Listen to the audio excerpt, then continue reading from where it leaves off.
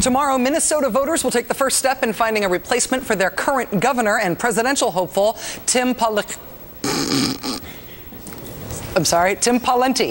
who morphed from a seemingly moderate Republican into one who is for changing the 14th Amendment, for extending the Bush tax cuts without paying for them, and he is now against a mosque near Ground Zero because it's his business. So who could replace Mr. Charisma himself? Well, there are the major Democratic contenders, former Senator Mark Dayton, former State Representative Matt Entenza, who between them have spent more than $7 million of their own money on the race, and the official party-endorsed candidate Margaret Anderson Kelleher, who has raised significantly less this year. There are the independent candidates like Tom Horner and Rob Hahn, the latter producing this astounding campaign ad. I'm Rob Hahn. Tuesday's election is about leadership and honesty. I've been upfront about the fact that my now ex-wife got a restraining order against me last year. And finally, there's Republican Minnesota State Representative and gubernatorial candidate Tom Emmer, the presumptive nominee on the Republican side.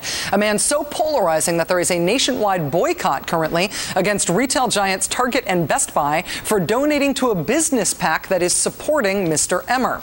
Mr. Emmer's political dance card is filled up with pretty standard run-of-the-mill anti-gay conservative policy positions. He'd like, for example, to amend the Constitution to keep gay people from marrying.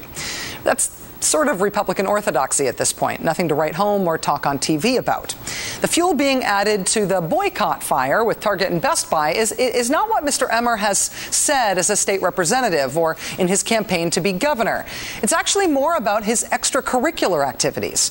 Back in 2008, Mr. Emmer's campaign donated money to the You Can Run But You Cannot Hide ministry, which was founded by this handsome fellow.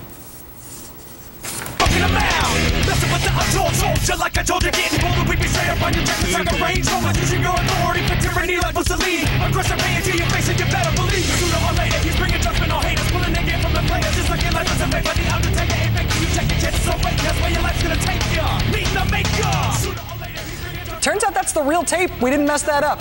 This really is the ministry's official band. It's called Junkyard Prophets, and according to the band's website, they were voted second best unsigned band in America. By whom? The founder and the magnificent drummer in the ankle socks there is Bradley Dean. It's Bradley with 2 E's for those of you Googling at home. Mr. Dean doesn't only use The Skins for his evangelical message, he uses his radio show as well.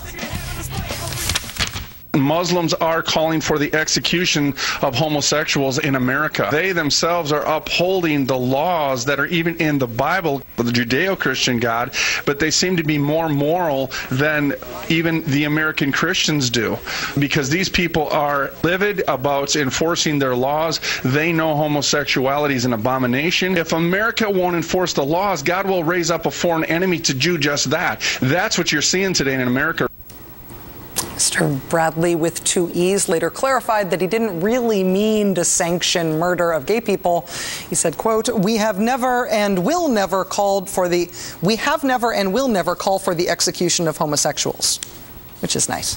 But of course, he does still consider the gay to be an abomination, and he has some other stuff that he said about the homosexuals, which maybe is a little problematic, given that he has been given money by a candidate for Republican governor.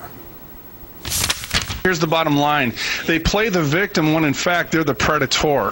On average, they molest 117 people. On average, they molest 117 people before they're found out. How many kids have been destroyed? How many adults today have been destroyed because of crimes against nature? How many people have been violated because of that? 117 precisely, he counted. Now, it's no surprise that a conservative anti-gay candidate for office and a conservative anti-gay ministry have ties. Conservative anti-gay politics are nothing new. What's new, however, is that the politicians are giving money to the bands. Homophobic bands, but bands nonetheless. So why would a candidate for office, any office, make such a donation? Isn't it meant to be the other way around? Don't bands raise money for candidates, not vice versa? Mr. Emmer's explanation is, quote, these are nice people. Good night.